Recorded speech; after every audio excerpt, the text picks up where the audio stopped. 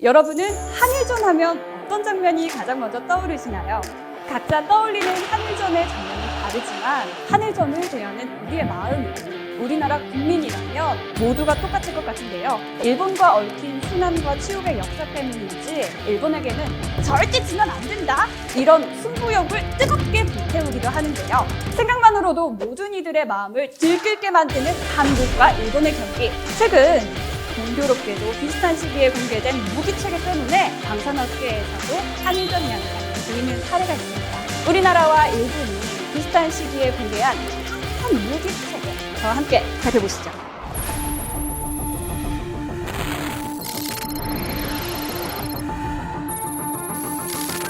(2020년) 말 우리나라와 일본 모두 신형 잠수함을 공개하는 진수식을 진행했습니다. 우리나라는 11월 10일, 일본은 10월 14일로 비슷한 시기에 진수식이 진행되면서 그 관심이 다른 어느 때보다 뜨거웠는데요.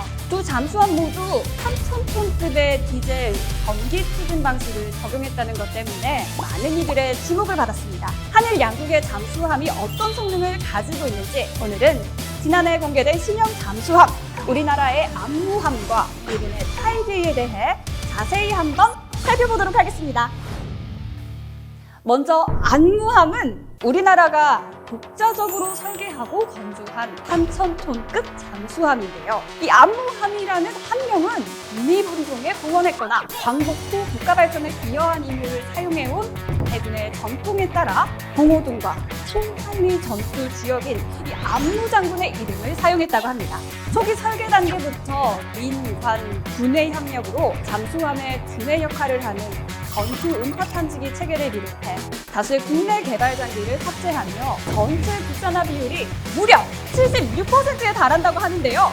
우리나라는 여기서 만족하지 않고 이후 2차 사업과 3차 사업에서는 국산화율을 각각 80% 그리고 90%로 높일 계획을 가지고 있다고 합니다. 타이게이 역시 3,000톤급의 잠수함으로 기존에 운용 중이던 소류급 잠수함을 대체하기 위해 건조되었다고 합니다.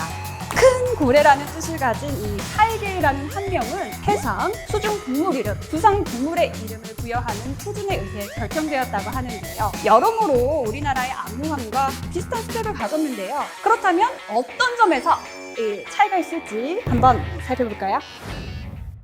잠수함은 물 위에 떠서 움직일 때는 디젤 엔진으로, 물 아래에서 움직일 때는 전지로 기동하는데요. 다만 디젤 엔진을 작동시키기 위해서는 공기가 필요하기 때문에 충전해둔 전기가 부족하면 다시 수면에 가까이 올라와야 하는데 이때 잠수함이 적에게 발각되기 쉬운 가장 취약한 시기라고 합니다.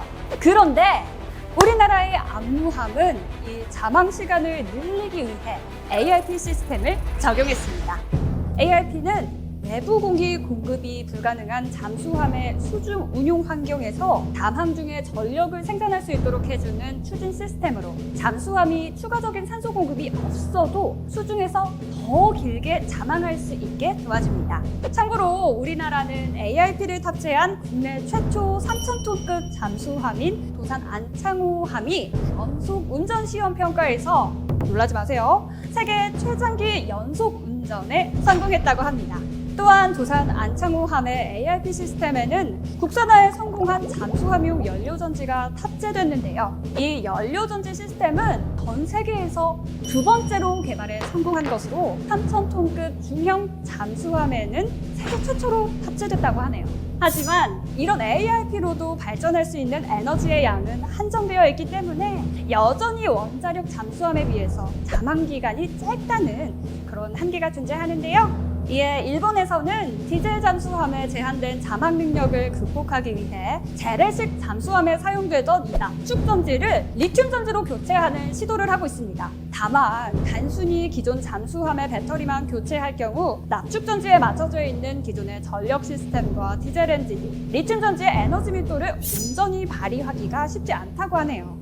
일본은 이 리튬 전지의 장점을 끄집어내기 위해서 신형 스노클 체계와 고출력 디젤 발전기 연구도 동시에 진행해 왔다고 합니다. 그 결과 기존 소류급보다 흡기 및 배기 능력이 향상 사용됨은 물론이고요. 악천 후 대응 능력이 높으면서도 새로운 스노클 체계를 개발했는데요. 그 스노클 체계를 최초로 탑재한 것이 바로 타이게이입니다. 타이게이가 기존의 소류급과 비교해 외형은 크게 바뀌지 않았는데도 새로운 급으로 분류된 것, 이러한 점들이 반영된 것으로 보입니다.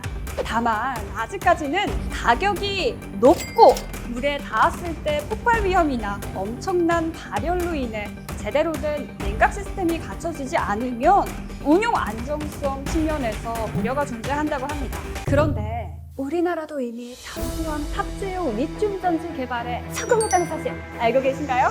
지난 2020년 9월 우리 군은 잠수함용 리튬 전지 개발에 성공! 올해 2021년 상반기까지 새로운 잠수함에 탑재할 시제품 제작에 착수한다고 밝혔는데요. 다만 밀폐된 공간인 잠수함에 적용되는 만큼 안전성과 신뢰성 확보를 최우선에 두고 육상에서 잠수함과 유사한 환경을 만들어 최종 평가를 마친 뒤에 잠수함에 탑재할 계획이라고 합니다.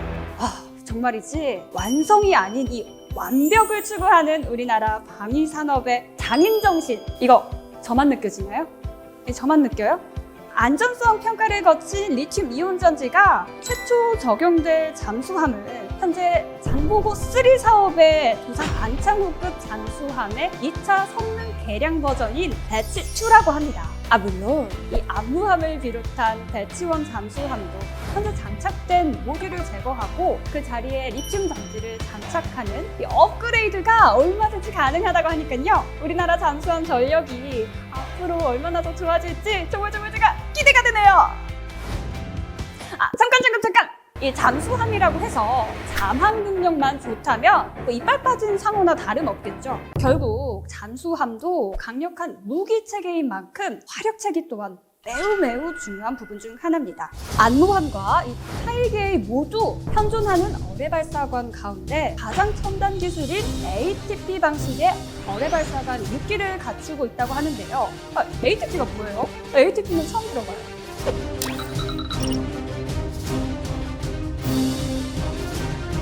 어뢰의 경우 우리나라는 50km까지 유선 유도가 가능한 중어뢰, 범상어를 비롯해 다양한 종류의 21인치 어뢰 활용이 가능하고, 일본의 경우 1990년대 실험 배치를 사용해온 기존의 89식 중어뢰를 대체해 추진체 정숙성과 장거리 항주력이 강화된 18식 어뢰를 사용할 예정이라고 합니다.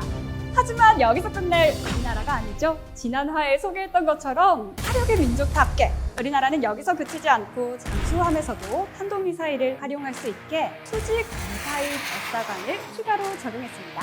전 세계적으로 러시아의 라다급을 제외하면 DLS를 탑재한 유일한 기대 잠수함을 운용하는 나라는 우리나라뿐이라고 하네요.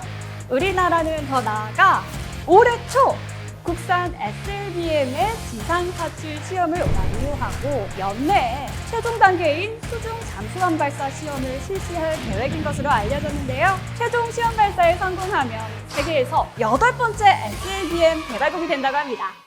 여러분, 이 두 잠수함의 화력 비교까지 살펴봤는데요.